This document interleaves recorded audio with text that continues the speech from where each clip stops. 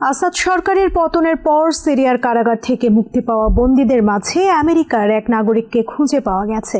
Travis টিমারম্যান নামে ওই যুবক জানান তিনি অ্যারিজোনার বাসিন্দা।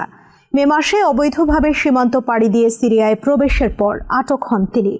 ট্রাভিস জানান তার ওপর কোনো নির্যাতন হয়নি, তাকে দেশে ফিরিয়ে আনার প্রক্রিয়া চলছে বলে জানিয়েছেন secretary of state Antony Blinken.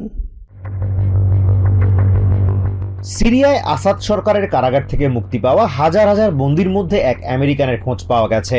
Travis টিমারম্যান নামে ওই ব্যক্তি নিজেকে মিজৌরির বাসিন্দা দাবি করছেন।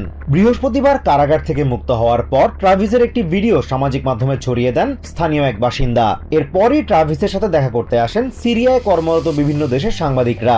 তাদের কাছে ট্রাভিস জানান 7 মাস আগে খ্রিস্ট ধর্ম প্রচারকারী একটি দলের সাথে অবৈধভাবে সীমান্ত পাড়ি দিয়ে সিরিয়ায় অনুপ্রবেশের পর আটক হন তিনি। ট্রাভিস আরো জানান কারাগারে তার সাথে কোনো ধরনের খারাপ আচরণ করা হয়নি, কখনো কেউ তার গায়ে হাত তোলেনি। গত সোমবার সকালে সাধারণ সিরিয়ানরা কারাগারের দরজা ভেঙে প্রবেশ করে সব বন্দীকে মুক্ত করে দেয়। তাদের সাথে মুক্তি পান টিমারম্যান। তবে ঠিক কি কারণে এভাবে হুট করেই কারাগার থেকে বাইরে বের হতে পারলেন তিনি তার কিছুই জানতেন না।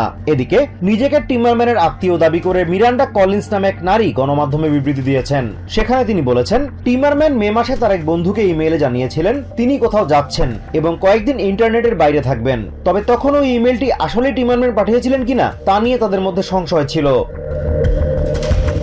টিমারম্যান আমেরিকান জানার পর স্থানীয়রা তাকে একটি বাড়িতে আশ্রয় দেন।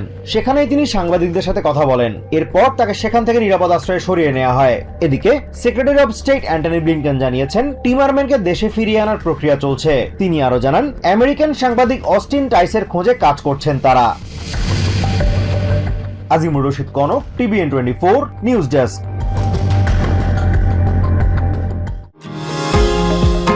নিউ ইয়র্ক থেকে সম্প্রচারিত TVN 24 টেলিভিশন বিশ্বজুড়ে বাঙালির কণ্ঠস্বর।